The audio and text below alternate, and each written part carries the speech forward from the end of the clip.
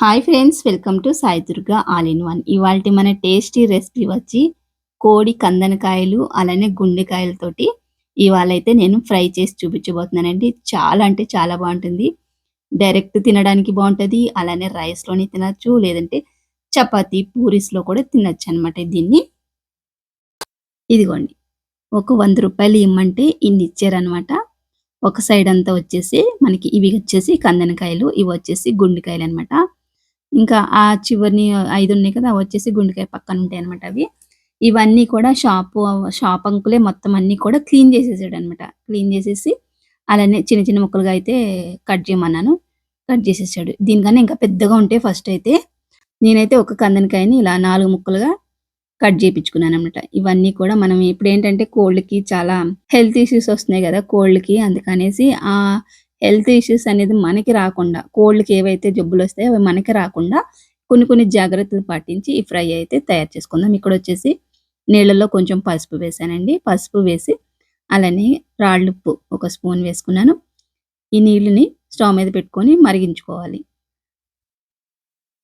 ఇదిగోండి, స్టవ్ మీద పెట్టి మరిగించుకునేటప్పుడు ఫస్ట్ అయితే కందనకాయలు వేసుకుంటున్నానండి. కందనకాయలు కొంచెం టైం పడతది గదా ఉడకడానికి. గుండెకాయలేంటంటే తొందరగా ఉడికిపోతాయన్నమాట. అందుకనేసి ముందైతే కందనకాయలు వేసుకొని ఇదిగోండి ఒక 3 నిమిషాలు ఇవి ఉడికిన తర్వాత మాత్రమే గుండెకాయలు వేసుకుందాం. గుండెకాయలేసిన తర్వాత ఎక్కువ సేపు ఉడకవసరం లేదనమాట.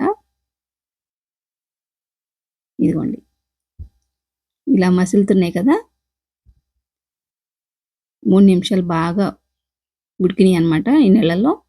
ఇప్పుడు గుండెకాయలు వేసేసుకుందాం. ఇవేంటంటే ఎక్కువ ఉడకనవసరం లేదనమాట.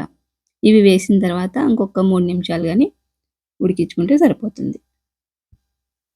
తొందరగా చూస్తున్నారా కలర్ మారిపోయిందనమాట. వేడి తగిలితే చాలు ఇట్లా కలర్ మారిపోయి ఇలా ఇంకా ఎక్కువ ఉడికిందంటే మెత్తగా అయిపోద్ది. ఇదిగోండి 2 వేసేసుకున్న తర్వాత బాగా ఉడికించుకోండి.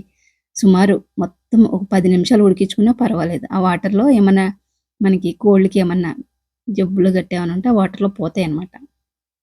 ఇలా కొన్ని కొన్ని జాగ్రత్తలు తీసుకొని వండుకుంటే మనకి అనేది పిల్లలు తిన్నా, మనం తిన్నా ఏమి కాకుండా ఉంటుందనమాట. అందుకనేసి ఇలా జాగ్రత్త తీసుకోండి. ఇక్కడైతే బెజ్జాల గిన్నెలో వేసేసుకొని మొత్తం నీళ్ళన్నీ కూడా వడపోసేసుకున్నాను. ఇప్పుడు క్లీన్‌గా అయిపోయింది. ఇప్పుడు దీన్ని ఫ్రై చేసుకుందాం.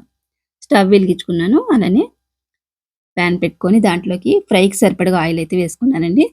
ఆయిల్ వేసుకున్న తర్వాత ఇప్పుడు దీంట్లోకి ఒక 4 లవంగాలు, ఒక 1 ఇంచు చెక్కేసుకున్నాను. అలాగే 3 బిర్యానీ ఆకులు, అలానే పొడవుగా చీల్చుకున్న ఒక 4 పచ్చిమిరపకాయలు వేసుకొని ఒకసారి కలుపుకున్నాను. ఇప్పుడు దీంట్లోకి ఒక పెద్ద సైజు ఉల్లిపాయ అండి చిన్న చిన్న ముక్కలుగా కట్ చేసుకొని వేసుకున్నాను. వేసుకున్న తర్వాత ఒకసారి గరిటెతో కలుపుకొని, మీకు ఉల్లిపాయ ఇష్టం లేకపోతే స్కిప్ చేసి నార్మల్‌గా కూడా చేసుకోవచ్చు. ఇప్పుడు దీంట్లోకి హాఫ్ టీ స్పూన్ పసుపు వేసుకున్నాను. పసుపు వేసుకొని మరొకసారి కలుపుకోండి. ఇప్పుడు దీంట్లోకి 1.5 స్పూన్ వరకు అల్లం వెల్లుల్లి పేస్ట్ వేసుకుంటున్నాను. వేసుకున్న తర్వాత పచ్చి వాసన పోయేంత వరకు వేయించుకోండి. ఇప్పుడు ఉల్లిపాయ ముక్క బాగా వేగిపోయింది కదండీ! ఇప్పుడు కందనకాయలు వేసేసుకుంటున్నాను. వేసేసిన తర్వాత లైట్‌గా ఉప్పు వేస్తున్నాను. ఆల్రెడీ మనం ఉడకబెట్టుకునేటప్పుడు వేసుకున్నాం కదండీ ఉప్పు. అందుకనేసి కొంచెమే వేశాను. మళ్ళీ లాస్ట్‌లో సరిపోకపోతే చూసుకొని వేసుకుందాము. ఇదిగోండి, వేసేసిన తర్వాత గరిటెతోటి మొత్తం అంతా కూడా కలుపుకోండి. కింద మాడిపోకుండా మంటని హైలో పెట్టొద్దు.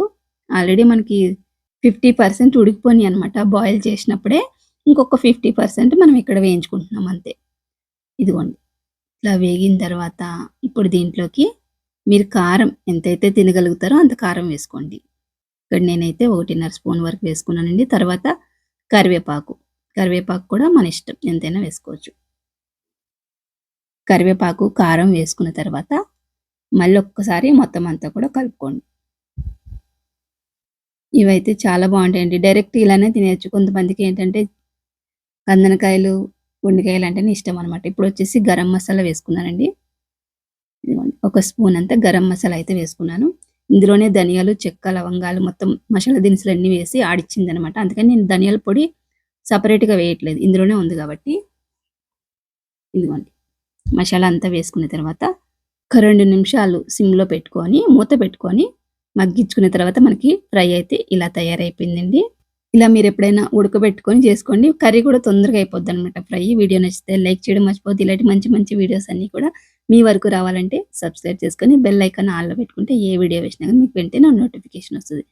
అలాగే ఫ్రెండ్స్ ఇంకొక మంచి రెసిపీతో మళ్ళీ కలుస్తా. అప్పటి వరకు bye bye. Thanks for watching.